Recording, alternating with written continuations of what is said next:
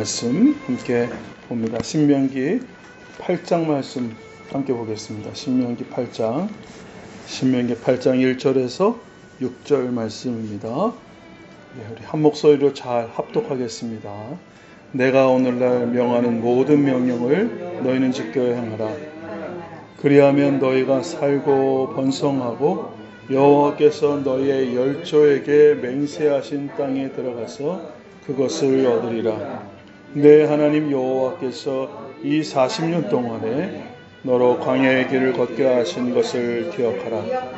이는 너희를 낮추시며 너를 시험하사 내 마음이 어떠한지 그 명령을 지키는지 아니 지키는지를 알려 하심이라.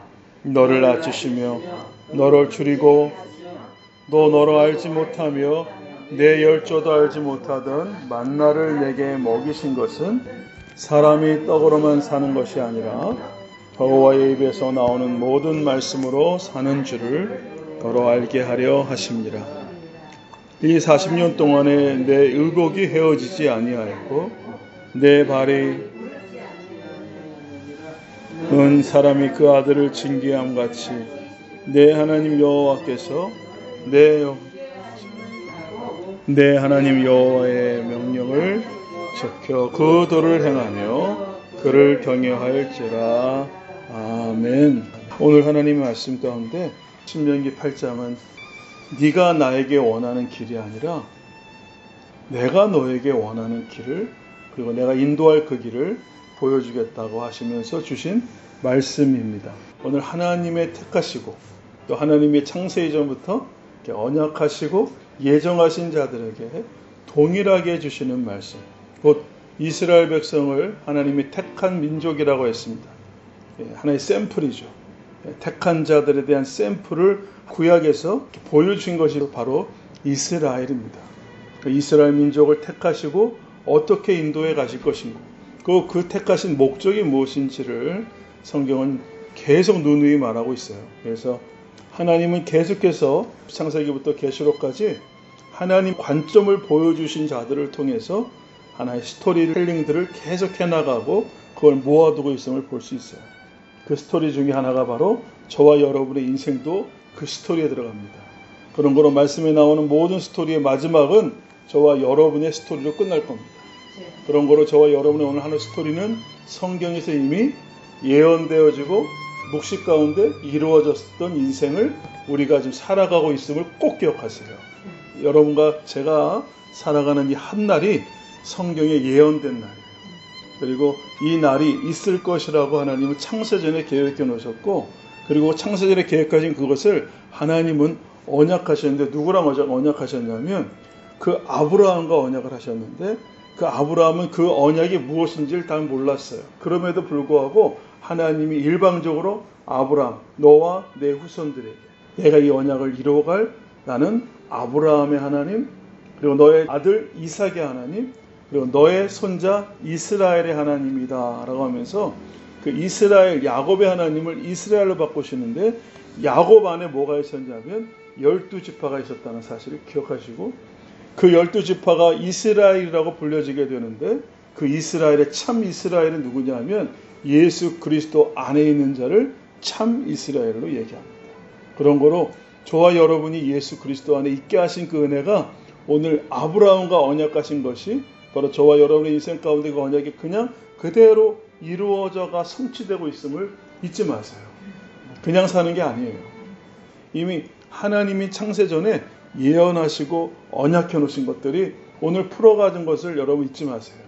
누군가가 연출해 놓으신 것을 우리의 삶의 히스토리 가운데 하나님이 오늘 연출되어져야 될 것들을 허락하신 가운데 이루어 가십니다. 그걸 놓치지 말아야 돼요. 그래서 저와 여러분은 마치 무대 위에 서 있는 배우들이에요. 그래서 그 무대 위에 서 있는 배우들은, 천군 천사들은 지금 거기에 열심히 수종을 두고 있고, 그리고 거기에 연출자는 누구시냐면 우리 하나님이세요. 하나님은 어떤 무대의 완성을 위해서 지금 각 사람의 역할을 다 맡겨놓으셨어요. 그리고 그것을 하나님의 목적하심에 따라서, 하나님의 경륜이라고 그래요. 경륜을 따라서 조금 더 빠르지도 않고 조금 더 느리지도 않고 정확한 타임을 맞춰서 큐를 합니다. 그러면 그 큐에 맞춰서 모든 만물이 함께 움직여서 그 일을 이루어갑니다. PD가 가장 중요한 게 뭐냐면 그 스토리를 다 이해하고 있어야 돼요. 완벽하게. 큐시스를 정확하게 이해해서 요때 어떤 상황에서 어떤 스탠바이를 시켜야 될지를 PD는 전체 다 그리고 있어요. 그리고는 모든 역할 맡은 사람이 자기 자리에서 역할을 알고 있는지, 그리고 그 역할을 알고 있었을 때 어느 타임에 나오게 되면 스탠바이라고 하는 무전기를 호출합니다. 역할을 맡았던 모든 스텝은 그 역할에 맞춰서 자기들이 어떤 큐시스에 따라서 어디서 뭘 해야 될지를 정확하게 알고 있습니다. 관객들만 몰라요. 관객들만. 그 역할을 할 때 이 연출자는 3, 2, 1 소위 카운팅 한다고 그러죠. 1, 큐. 그럼 바로 액션이 들어가요. 사랑하는 여러분, 하나님은 총연출가십니다. 이 성경 전체가 하나님의 연출입니다. 시나리오가 있어요. 저와 여러분 인생 가운데 우리가 힘든 게 뭐예요? 늘 얘기하는 거지만 영화관에 갔는데 조금 늦게 들어가서 한 10분이나 15분 늦게 들어가면 영화 보이는 내내 우리는 그 영화의 스토리를 이해를 못합니다. 그죠? 그런 적이 없으신 표정들인데 저는 그런 적이 있어요. 한 10분 정도 딱 늦게 들어가서 앉아있는데 내내 저 이야기의 스토리가 풀어져 가는 것을 이해가 안 되는 거예요. 먼저 온 사람들은 그걸 이해하고 있는데 늦게 들어온 저 같은 경우에는 이해가 안 되는 거예요. 우리 인생도 똑같아요. 우리의 시작을 알지 못하면, 우리 인생이 어디로 와서 어떻게 시작되는지를 알지 못하면 그 인생에서 벌어지고 있는 그 사건 하나하나, 그 지문 하나하나, 그 대사 하나하나가 이해가 되지 않는 거예요. 저 얘기를 왜 하지? 저 사람은 저런 상황에서 왜 슬피 울지? 저 상황에서 저는 왜 기뻐하지? 우리 인생에서 가장 힘든 게 뭡니까? 어떤 사건을 맞닥뜨리긴 하는데 그게 뭔지를 해석이 안 되는 거예요. 그게 가장 힘든 일 중에 하나입니다. 근데 성경에는 뭐가 있어요? 연출자의 모든 시나리오가 여기에 딱 들어가서, 여러분 잘 보세요. 하나님이 말씀하실 때 스토리를 쭉 풀어보시잖아요. 아담이 이렇게 살았어. 아담이 쫓겨났더니 그 아들이 가인이 이렇게 살았어. 아벨은 이렇게 죽었단다. 근데 아벨이 죽고 나니까 또 하나님이 아담에게 셋을 낳게 했어. 그 셋의 이름이 무슨 뜻이냐면 아벨을 대신하여 준 아들이란 뜻이야. 그리고 이 셋의 아들이 나왔는데 에노스야. 이 에노스 때부터 비로소 내 이름을 부르기 시작했어. 회복이죠? 그러면서 점점 가면서 그 후손들의 스토리에 하나씩 그 이름의 의미를 전달해 줍니다. 마치 어느 때가 되면 그 사람이 태어나야 했고, 그 사람은 어떤 목적을 이루시는 그 목적이 이루어지는 것이 끝나면서 그는 또 다시 고향으로 돌아가고, 뭔가 끊임없이 이어지는 삶의 스토리 속에서 누가 읽혀져야 된다는 거예요. 성경은 누구 얘기입니까? 예수 그리스도의 얘기입니다.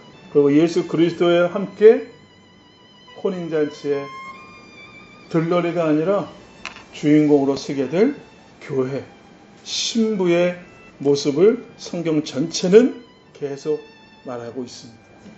저와 여러분이 지금 무엇으로 달려가는 중이세요?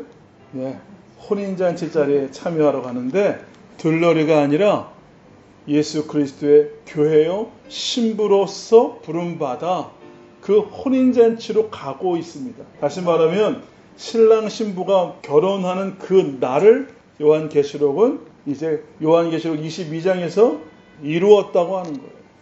그래서 그것을 보여주는 아주 결정적인 말씀이 신명기 말씀이에요. 이스라엘 백성들을 애굽에서 끌어내시고 40년 동안 그들을 광야 가운데 이끌어 오시다가 마지막 모압 땅에서 이제 가나안 목전 앞에 둔 상황에서 오늘 하나님이 모세에게 주신 언약과 명령이고 말씀이에요. 어떻게 보면 광야에서 난 세대들이 이제 가나안으로 들어가는데, 들어가는 그 세대들이 꼭 기억해야 될 일종의 명령이고 유언입니다. 이게 목적한 거였어. 이게 너희들을 40년 동안 하나님이 광야로 이끄신 목적이었어. 그 목적을 잊지 말아라. 그래서 신명기는 뭐냐면 하나님의 명령을 잊지 말라고 하는 것이 신명기예요. 저와 여러분, 오늘 이제 마지막 주자입니다. 신랑이 신부를 불러 끌어올려서 그 공중에서 혼인잔치할 그 마지막 시점에 와 있습니다. 그때 다시 한번 하나님 우리에게 말씀하시는 것을 잘 들으세요. 뭐라고 말씀하시면 첫 번째입니다. 내가 오늘날 명령하는 모든 명령을 너희는 지켜 행하라 그러세요. 여러분, 하나님은 명령을 내리시는 분이에요. 명령을 내린다는 거 조금 전에 표현했어요. 큐를 낸다는 거예요. 큐. 어떤 사건이 발생되면 큐를 줍니다. 그러면 그 배우나 그 모든 스텝들은 그 연출가가 의도한 대로 움직여줘야 돼요. 배우도 큐를 떨어지기 전에 절대로 대사 못 칩니다. 큐가 떨어져야 대사가 들어가는 거예요. 큐가 떨어져야 조명이 나오는 거예요. 큐가 떨어져야 음향이 갑자기 확 들어오는 거예요. 그 전까지는 고요합니다. 그리고 준비하는 스탠바이 시간을 갖고 있습니다. 오늘 하나님 말씀하시는 거예요. 너희는 모든 명령을 지켜 행하라는 이 말은 하나님의 타이밍을 기다리라는 얘기예요. 하나님의 타이밍을 기다려라. 연출가의 그 말씀을 기다려라. 그리고 말씀이 떨어지거들랑 그 말씀대로만 해라. 여러분, 우리 인생이 가장 힘든 게 뭔지 아세요? 남의 말대로 내 인생을 거기다가 맞춰가는 거. 굉장히 힘들거든요, 이거. 예. 특별히 우리 한국에서 태어난 분들은 그거에 대한 그 문화적인 충격이 있어요. 그리고 입대 명령이 떨어지면 어떻게 돼요? 좋든 싫든 명령서를 받은 자는 군대에 들어가죠. 군대에 들어가서 제일 먼저 받는 문화 충격이 뭐예요? 하라는 대로 해야 된다는 거예요.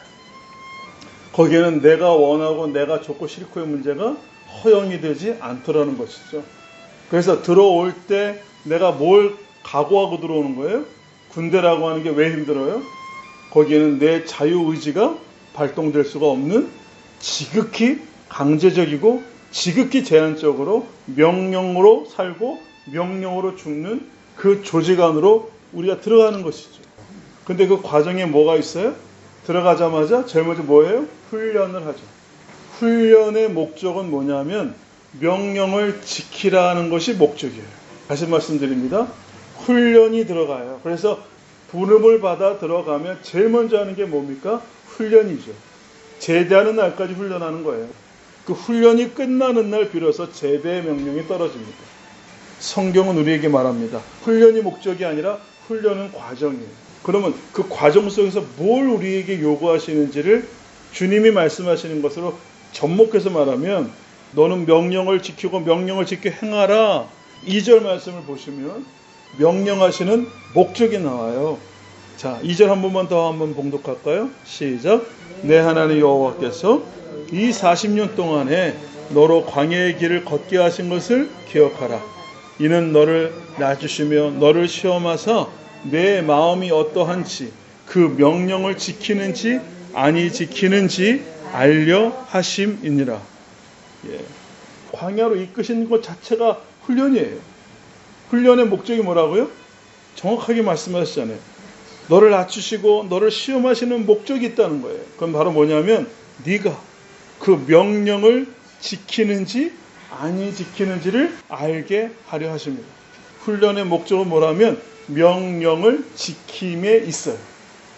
저와 여러분의 명령을 들을 수 있다는 것 자체가 복인 줄 믿습니다. 그래서 여러분 그 계시록엔 이렇게 말해요. 7교회에다가 어떤 말씀을 쭉 주신 다음에 이런 말씀을 뒤에 붙여요. 성령이 교회에 하시는 말씀을 들을 귀가 있는 자는 복이 있다. 교회는 누구의 말을 들어야 된다는 거죠? 성령님, 곧 하나님의 명령을 들을 귀가 있는 자는 복이 있다. 이 들을 귀라는 표현은 뭐냐면 내가 들린다고 명령을 지키는 게 아니라 이 들을 귀의 정확한 헬라어적 표현은 뭐냐면 내가 그 명령을 사모하여 내가 그 말씀을 사모하여 그 말씀 듣기를 사모하는 귀예요. 주 음성 외에는 더 기쁨 없도다. 우리 아까 찬양했죠? 그 주님의 음성 외에는 더 기쁨과 만족이 내게 없습니다. 이 고백을 하는 주의 음성을 사모하고 주의 말씀 듣고 주의 명령 듣기를 사모하는 그 귀를 가진 자가 복이 있도다. 이 뜻이에요. 오늘 말씀에 주님께서 하시는 말씀은 이 훈련을 통해서 결국 하나님이 그 말씀만을 사모하는지 아니하는지를 보신다는 거예요. 알레프 베이트라고 했던 말씀 기억하시죠? 하나님의 성전, 그죠? 베이트가 집이라고 그랬어요. 이게 뭐냐면 히브리의 첫 단어예요. 하나님이 당신을 하나님의 피조된 것에 대해 말씀하신 사람들에게 당신을 계시하고 당신의 뜻을 알리고 싶은데 그 알리고 싶어서 말씀하시는데 그걸 들을 수 있는 귀로 듣게 하시기 위해서 주신 언어가 히브리어입니다. 히브리어의 첫 번째 단어가 뭐예요? 능력과 하나님의 권능을 상징하는 알레프라는 단어예요. 이건 하나님이에요. 그리고 그 다음 단어가 뭐냐면 베이트라고 그랬어요. 알레프 베이트. 베이트가 뭡니까? 베이트를 파자하고 나눠버리고 풀어버리면 이게 바로 집이라는 뜻이에요. 그래서 오늘 그 집 안에 하나님의 말씀 알레프가 들어오는 그 상태를 뭐라 그래요? 성전이라는 뜻을 갖고 있다. 아버지의 집이다. 그래서 그걸 우리 아부라고 읽는다고 그랬죠. 아부. 그래서 아바. 아버지가 바로 뭐예요? 말씀. 하나님의 말씀을 가진 집이에요. 그게 성전이에요. 그게 바로 하나님이 지어놓으신 창조 목적이 거기에 다 들어가 있어요. 그래서 하나님의 말씀을 둘 그곳, 하나님의 말씀이 거하시는 그곳을 베이트, 성전, 그를 가리켜 사람이라고 합니다. 저와 여러분의 목적은 뭐냐면 그 여러분 안에 무엇이 채워져야 하나님은 기뻐하시고 목적을 완성하셨다고 그러냐면 하나님의 말씀, 누구죠? 예수 그리스도가 내 안에 거하심으로 만족되어진 성전으로서 저와 여러분을 지으셨다는 것을 꼭 기억하세요. 그래서 저와 여러분은 뭐로써 지어지는 거예요? 예수의 피와 예수의 말씀으로 지어진 성전이라는 것이 하나님의 말씀이 거하시는 그곳 예수 그리스도의 성전, 예수 그리스도의 신부 같은 말입니다. 예수 그리스도의 몸 같은 말이에요. 성전이요, 신부요, 몸이요. 이게 다 누구를 얘기하는 거예요? 하나님이 목적하여 지어놓고 완성하신 피조물에 완성된 교회의 모습이에요. 오늘 저와 여러분 안에 하나님 말씀 있으므로 감사하시기 바랍니다. 3절 한번 보면요. 한번 다 같이 한번 합독하겠습니다. 시작. 너를 낮추시며 너를 줄이게 하시며 또 너도 알지 못하게 내 열조도 알지 못하는 만나를 내게 먹이시는 것은 사람이 떡으로만 사는 것이 아니라 입에 나오는 말씀으로 사는 줄을 여러분 하나님께서 우리에게 주신 축복이 뭐냐 하면 축복이라고 여겨지지 않는 일을 벌이시는데 애굽에서 나와서 출애굽시키신 후에 하나님 광야로 이끄셔서는 결국 뭐 하게 하세요? 첫 번째 낮추시는 겁니다. 두 번째는 뭐냐면 줄이게 하신다는 겁니다. 첫 번째 뭐 한다고요? 낮추신다. 그러면 내가 높아져 있었다는 얘기인가요? 잘 들어보세요. 그 스토리에 보면 애굽에서 이스라엘 백성들은 왕이었습니까? 아니면 고관 대적이었나요? 굉장히 높은 위치에 있었던 민족이었어요? 그럼 이게 말이 맞지는 않잖아요. 애굽에서 끌어내서 하신다는 말씀이 내가 너희를 애굽에서 끌어내서 광야로 이끈 것은 내가 너를 낮추기 위함이었다라고 한다면 그러면 끌어내어졌던 그 애굽에서 이스라엘 백성들은 높아져 있어야 된단 말입니다. 근데 그들은 신분은 뭐였죠? 애굽에서? 거기서 끄집어낼 때 그들의 신분은 노예였단 말입니다. 노예를 갖다가 낮추시겠대요. 말이 좀 안 맞아요.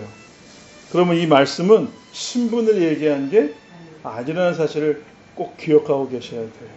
뭘 낮추시겠다는 건가? 내가 더 낮아질 게 없는 건데 우리의 안에서 그런 반응이 있을 수 있어요. 하나님 말씀하시는 겸손과 낮아짐은 뭐냐면 성경적으로 말씀드릴게요. 제자리로 돌아오게 하다 이 뜻이에요. 꼭 기억하세요. 히브리어에 말씀하신 이 낮춤은 이 겸손이라고 하는 것은 피조물이 피조물의 자리로 돌아오다 이 뜻이에요. 기억하십시오. 피조물이 하나님의 자리에 있다가 자기가 하나님인 양 행동하다가 자기가 자기 인생의 주인인 것처럼 그의 신분이 비록 애굽에 살 때 노예 생활을 했지만 내가 벌어서 내가 수고해서 그나마 어떻게든 삼시세끼 풀칠하고 살았다고 하는 그 자기가 자기 인생의 주인인 양 애씀에 대한 어떤 결과에 대해서 내가 노력한 만큼 내가 얻어먹고 살았다라고 하는 내 인생이 나의 것이라고 여겨졌던 그 애굽의 삶은 비단 그가 거기서 노예 생활하고 종살이 했다 할지라도 그는 여전히 거기서 주인 되어 살았다는 겁니다. 그 피조물이 하나님의 자리에 앉아서 하나님이 하시는 말씀을 듣기는커녕 내 생각과 내 의지를 갖고 살았던 400여 년 동안 그는 피조물의 자리에 있지 않고 하나님의 자리에 있었다라는 것을 하나님은 정확하게 말씀하는 것이 내가 너를 낮추겠다고 하는 거죠. 내가 너를 낮추겠다는 이 말씀은 뭐냐면 너를 다시 나의 피조물의 자리에 둘게 이 뜻이에요. 들리십니까? 이 낮춘다는 거는 너는 나의 백성이야. 너는 나의 피조물이야. 내가 너를 지었다고. 내가 너를 연출할 거라고. 너는 내 것이기 때문에 내 목적을 이루기 위해서 완성한 내 모든 것이 담겨진 나의 사랑이라고. 너는 내 말만 들어야 된다. 그럴 때 비로소 너의 영혼이 기쁨과 만족이 있을 수 있다. 속지 마라. 선악과가 뭡니까? 하나님 아니라 내가 결정하겠다는 거예요. 선악과는 내 인생은 나의 것, 내가 선과 악을 내가 판단하고 내가 결정해. 그게 선악과를 먹은 것에 대한 열매가 뭐예요? 죄였습니다. 죄는 뭘까요? 하나님의 음성을 듣기 싫어하는 것이 죄입니다. 하나님의 뜻을 알고도 싶지 않고 알아도 지키고 싶지 않은 게 죄입니다. 윤리적인 것만이 얘기하는 게 아니라 사회 규범만을 말하는 죄가 아니라 진짜 사단은 하나님의 말씀을 듣기 싫어하게 만드는 것이 바로 사단의 역사예요. 그게 바로 죄인들이 갖고 있는 열매예요. 애굽에서 종살이를 할지언정 난 하나님 음성 듣고 싶지 않다는 거죠. 하나님이 강권적으로 역사하셔서 당신의 언약하는 백성들에게는 딱 허락하지 않고 너희는 나의 백성, 너는 나의 신부, 너는 나의 몸이야. 그러면서 하나님이 그들을 피값으로 사세요. 어린 양의 피를 바르고 어린 양의 고기를 먹게 해서 그들이 똑같은 죄인이었습니다마는 그들을 온전히 구별하셔서 너는 나와 함께 가자 하시며 광야 40년 내내 뭐 하셨냐면 너는 내 말을 먹어야 산다. 너는 내 말을 듣는 자가 되어서 비로소 귀가 열려야만 너는 비로소 너의 인생에 너의 진정한 기쁨과 너의 진정한 행복이 있을 수 있다. 그것이 바로 하나님 우리를 불러내신 목적이라는 사실을 잊지 마세요. 네, 낮추시는 하나님을 찬양하십시오. 나를 낮추셨다는 게 무슨 말이라고요?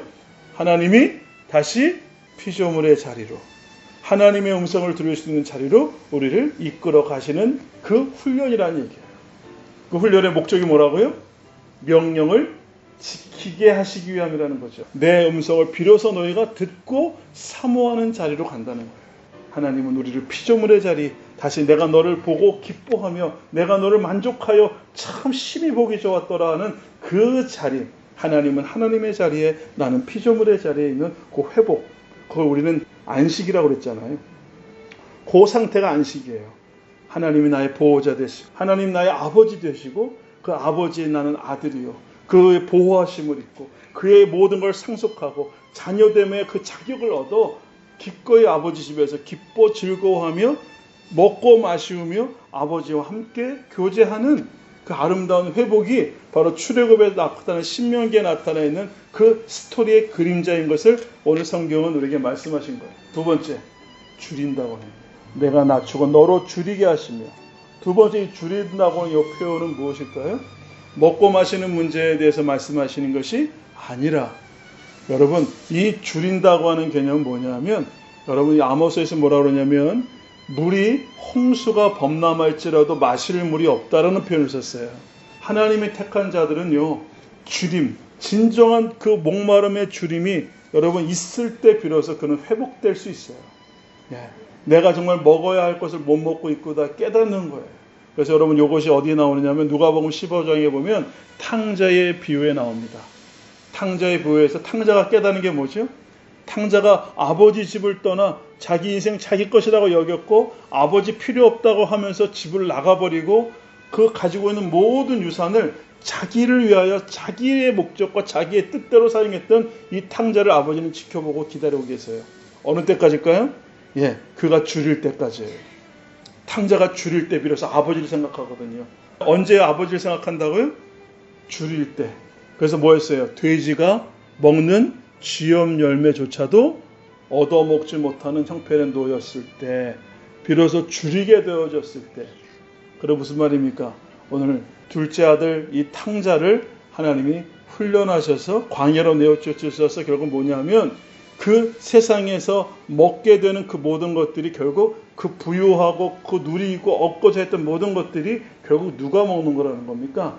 돼지가 먹는 쥐염 열매에 불과하다라는 뜻을 성경은 우리에게 가르쳐주고 있는 거죠. 아버지 집을 떠나면 짐승이 먹는 것에 우리는 같이 먹고 그것을 가지고 더 얻어먹기 위해서 이전 투구 그냥 싸움을 하고 경쟁하라는 것이 바로 아버지 집을 떠난 자들의 삶이라는 거예요. 근데 그것조차도 결국 또 눈치 보면서 그것조차도 얻어먹지 못하는 그 아들의 회개가 뭐였냐면 아버지 집에는 먹을 것이 풍부한데 나는 여기서 줄여 죽게 되었구나. 여러분 여기서 말하는 줄인다는 이 표현이 바로 이 신명기 8장 3절에 나와 있는 줄인다는 표현입니다. 아, 네가 아버지 집에 있는 그 풍부한 것을 사모하게 하겠다는 거예요. 그럼 뭘 경험하게 하는 겁니까? 내가 원했고 내가 소구했고 내가 추구했던 것들은 돼지의 쥐염 열매에 불과한 것이었구나. 짐승이나 먹는 거였구나 라고 깨닫게 되어지는 것이 광야 40년 인도하신 목적이라는 겁니다. 예수님 이름으로 들리게 되기 바랍니다. 이것만 들리면 우리 이제 광야 졸업하는 거예요. 이거 졸업하기 시키려고 하나님이 이제 저와 여러분을 여기까지 인도해 오신 겁니다. 진정한 우리의 양식은 하늘에서 내려오신 예수 그리스도, 그 생명이신 예수 그리스도를 먹을 때 비로소 우리 안에 다시는 목마름이 없는 영혼의 만족이 있다고 성경은 우리에게 말씀하고 있는 것을 기억하시는 여러분과 제가 되기를 바랍니다. 예, 오늘날 교회가 이걸 놓쳐버리면 이 말씀이 우리 안에서 생명으로 살아가는 그 진리가 오늘 먹여지는 것에 우리가 정말 그걸 깨닫게 하기 위해서 우리에게 인생 가운데 우리의 40년의 광야 생활, 여러분 40년이라고 하는 건 뭐죠? 꼭 기억하세요. 40년은 시험의 기간인데 어떻게 보면 성경은 우리에게 이렇게 말합니다. 사람이 강건하면 80이라 그랬죠. 인생은 70인데 강건하면 80, 10년 더해져요. 그럼 70년이라고 하는 것을 잘 보세요. 몇 세부터 몇 세까지가 70년인가요? 30세부터 40세를 더해보세요. 70이죠. 그러면 30세가 뭡니까? 하나님의 나라에 들어가기 딱 영적인 나이예요. 하나님 불러낸 나이예요. 그러니까 30세가 되는 것은 왕이 되고 제사장이 되는 나이입니다. 하나님의 부르심이 시작되는 나이죠. 그때부터 몇 년 동안 40년 사는 것이 어떤 목적을 하나님이 인생에게 주신 연한이라는 겁니다. 그럼 이 40년이 뭐예요? 와우, 똑같아요. 우리를 애굽에서 불러내신 그 시간, 나를 하나님의 거룩한 백성으로 불러내신 그 시간부터 40년 우리의 인생은 마치 뭐와 같다? 광야라는 얘기예요. 광야가 바로 이 40년이에요. 예수 그리스도 안에 있는 인생을 얘기하는 거예요. 예. 예수 그리스도 안에 인생이 40년 동안 한 해 뭐한다? 첫 번째 뭐 한다고요? 낮추신다. 낮추신다는 뭡니까? 이제 너의 인생의 주인은 나 예수다. 그 예수로만 목마른 자가 되게 하시고 주님 그 말씀 주님의 그 음성 없으면 내 생명 헛되다라고 고백하는 그 마지막 단계까지 광야의 생활 40년 끝날 때 우리의 고백으로 나오게 하시는 하나님의 은혜인 줄 믿으시기를 바라요. 그래서 여러분 오늘 여러분과 저에게 인생 가운데 허락하시는 이 광야의 시간은 어떻게 보면 이 땅에 살아가는 모든 그리스도인들에게 동일하게 적용되지만 그것을 다 알고 가는 자는 많지 않습니다. 그래서 하나님이 한번 중간고사 보잖아요. 가데스 바네아 딱 왔더니만 그때 그 중간고사를 봐요. 일종의 하나의 그 큰 커리큘럼이라면 중간고사를 가데스 바네아라는 곳에 와서 정탐꾼을 보냅니다. 그랬더니만 12반에서 나머지 2반만 합격하고 나머지 10반은 다 탈락이에요. 갈렙반, 여호수아반 이 2반은 합격을 했어요. 정탐을 하고 났더니 하나님이 목적하신 답을 썼어요. 능히 우리로 저 가나안, 저 땅을 주시리라. 그것을 갈렙과 여호수아에게는 들을 귀가 허락이 돼서 그 들을 귀가 허락된 자들에게는 정답, 그걸 뭐예요? 들을 귀를 갖고 내가 반응한 그것을 뭐라고 그래요? 믿음이라고 해요. 믿음. 하나님의 말씀이 내게 들려지고 내가 그걸 합의하게 되고 내가 그걸 감화 감동받게 돼서 아멘입니다라고 얘기하는 그것이 믿음이에요. 나머지 10지파의 사람들은 어떻게 됐어요? 그 소리 듣고 가나안 땅에 거기 있는 종족들에 비하면 우리는 메뚜기와 같다 그러면서 우리는 여지없이 우리를 죽게 됐구나, 하나님 우리를 죽이시려고 부르셨구나 하고 원망과 불평과 우리가 죽게 되었구나 라고 얘기하는데 하나님 뭐라고 답합니까? 그 말을 그대로 얘기해 줍니다. 죽게 되었다는 소리가 내 귀에 들린 그대로 내가 너에게 행하마. 그리고 그들은 광야 40년 동안 죽습니다.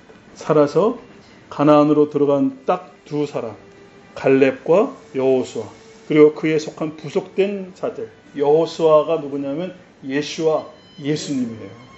그러면 그와 함께 있었던 그 갈렙이 누굴까요? 신부입니다. 신부는 살아서 요단강을 건너갑니다. 나머지 지파들은 다 40년 동안 광야에서 죽어요.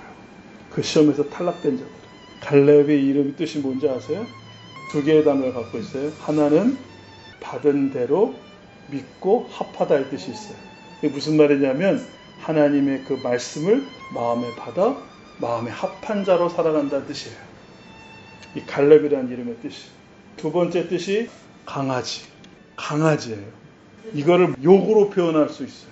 그래서 갈렙이라는 이름은 하나님이 주신 이름인데 그 당시 그는 유다 지파 사람입니다만 피가 섞였어요. 그래가지고 그 조상에 그 뒤에 보면은 갈렙에 대한 그 앞에 누구 사람이라고 나오는데 그 족보에 피가 섞여 있는 분이 계셔요. 그러니까 갈렙이라고 하는 이름은 뭐냐면 그 사람들, 유다 사람이 똑같이 갈렙이라고 부르는 것은 뭐냐면 너 피가 섞였잖아. 피가 섞였다는 건 뭡니까? 너 이방인이잖아. 이 뜻이에요. 그 당시 이방 사람을 뭐라 그래요? 개라고 했어요. 개는 정말 하찮은 무시당하는 인생입니다.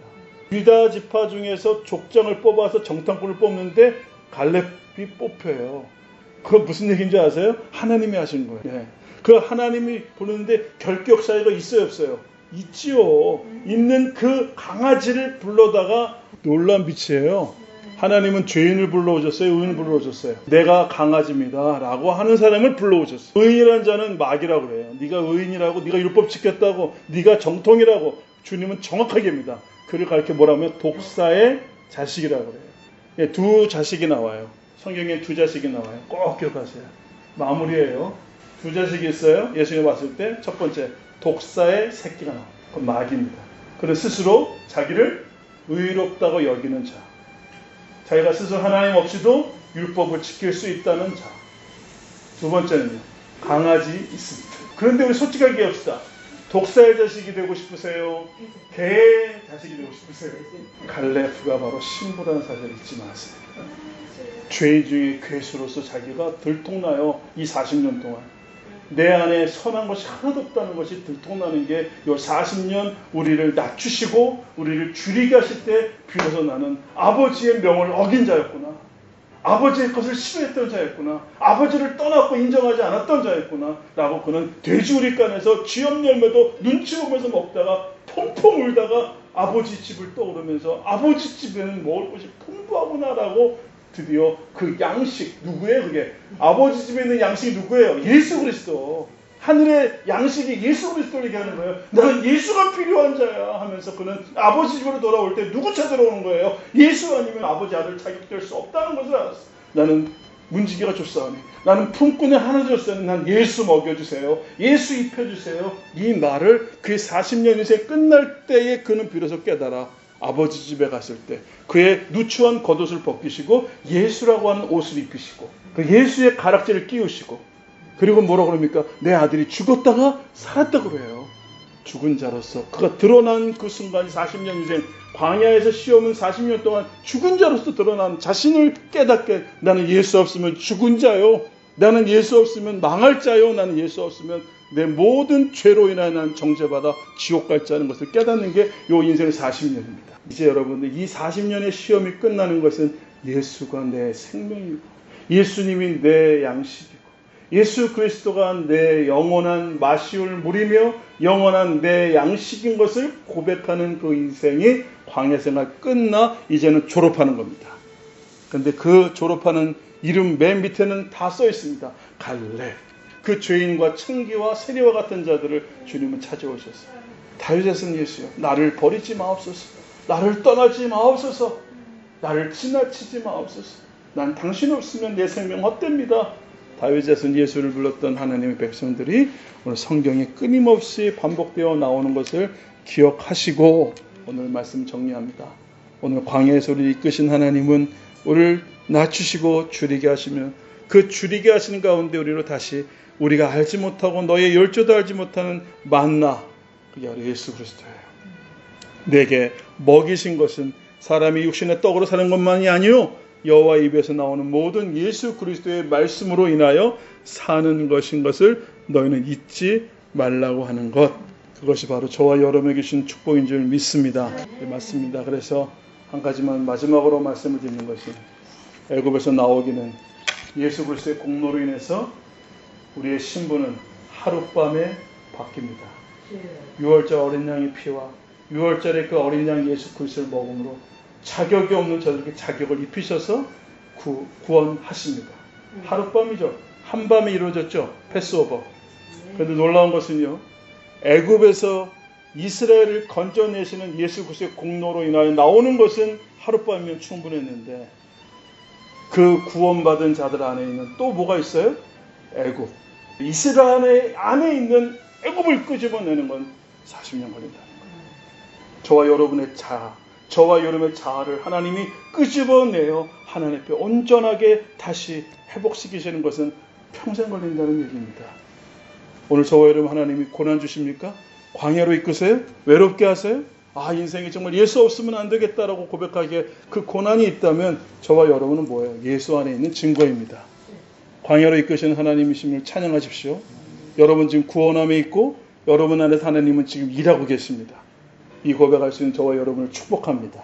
하나님 아버지, 우리의 인생을 하나님 애굽 땅에서는 절대로 경험할 수 없는, 우리가 심지 않은 것, 우리가 기르지 않은 것을 먹이시고 마시게 하시는 그 하나님의 놀라운 은혜, 광야를 지나가게 하시니 감사합니다. 내가 있는 이 세상, 내가 있는 사는 모든 삶이 하나님을 다시 하나님이 되시는 자리로 이끌어가는 복된 40년의 시간인 것을 말씀하시니 감사합니다. 우리가 이스라엘 백성들 안에 있는 애굽을 꺼내시는 그 하나님의 놀라운 40년 동안의 인도하심, 그 징계하심을 인해서 우리가 옛사람을 벗어버리는 것 같이 이 내 안에 있는 애굽에서 벗어나게 하시고 결국 내 자아가 파쇄될 때 제 안에 있는 모든 자아가 무너지게 하시고 결국 그 안에 예수 그리스도로 덧입게 하셔서 오직 예수 그리스도로 인하여 우리의 구원의 영광에 참여하는 갈렙들로 우리를 불러주시니 감사합니다. 주 예수 그리스도가 아니면 한순간도 살아갈 수 없는 목마른 영혼 되게 해주시니 감사합니다. 오늘 교회가 하나님의 말씀이 선포해야 교회 안에 누룩이 섞인 것들에 대하여 하나님, 그 하나님이 기뻐하지 않은 그 자아와 죄성에 대한 육신의 것들을 따라가게 된 이 땅의 교회 안에 주여, 주의 말씀을 다시 한번 회복시켜 주시옵소서.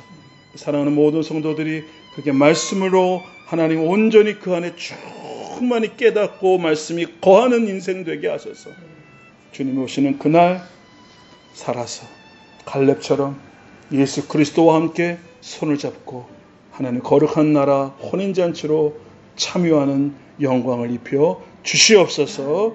그렇게 행하실 주님을 찬양하오며 예수 그리스도의 이름으로 기도하옵고, 이제는 우리 주 예수 그리스도의 그 은혜와 하나님 아버지의 극진하신 사랑하심과 성령님의 감화감동 역사하심이 오늘 하나님의 말씀을 받고 이제 영원히 주의 말씀만이 내 안에 양식이요 주님의 말씀만이 내가 거하게 하시는 하나님의 거룩한 성전이 되어짐을 감사하며 감격함으로 고백하며 선포하는 모든 성도들의 머리 위에 이제로부터 영원토록 함께 계실지어다. 아멘.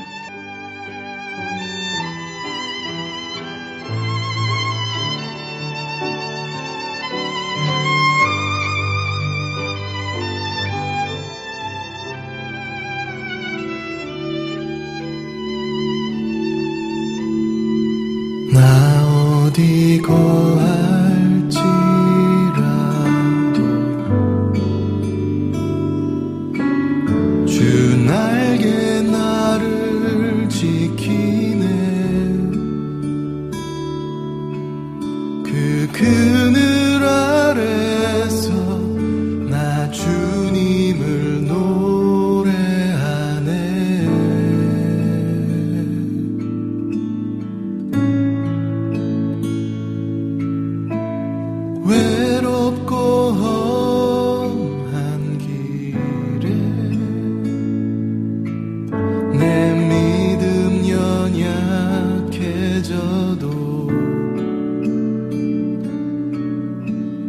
기다려 주실 수 있는 주님. 나 어디 거할지라도 나 어디 거할지라도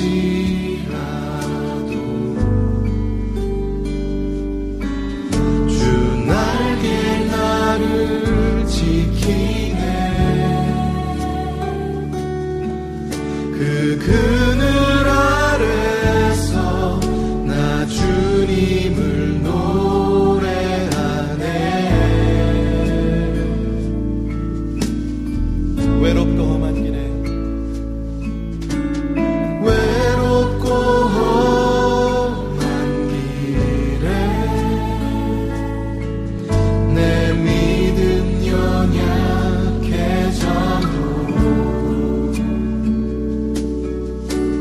기다려 주실 수 있는 주님. 늘 나의 곁에 늘 나의 곁에 계시며 내게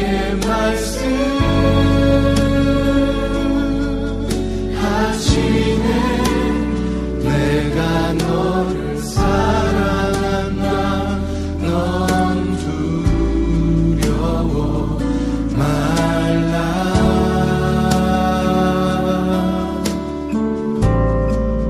나 사랑하리.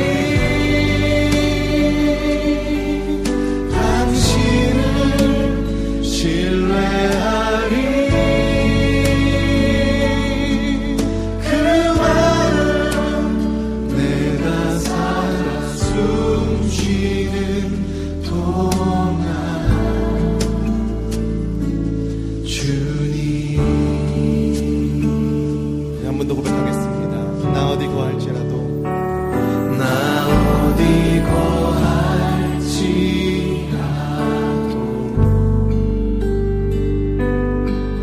주 날개 나를 지키네.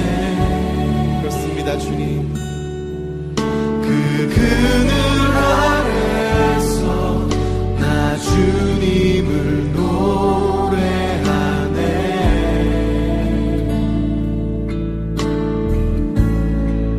외롭고 험한 길에 외롭고 험한 길에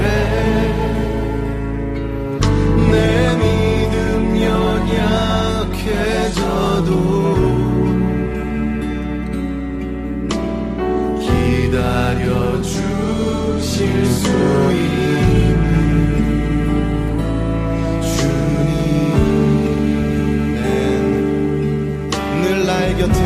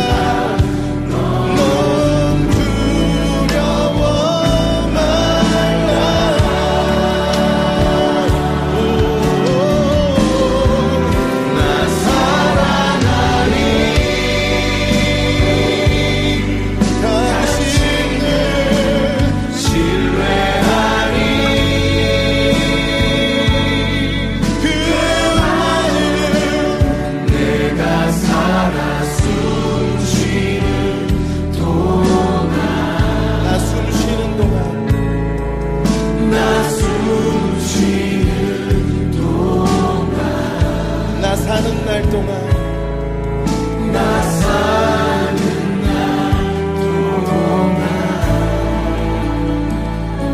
주님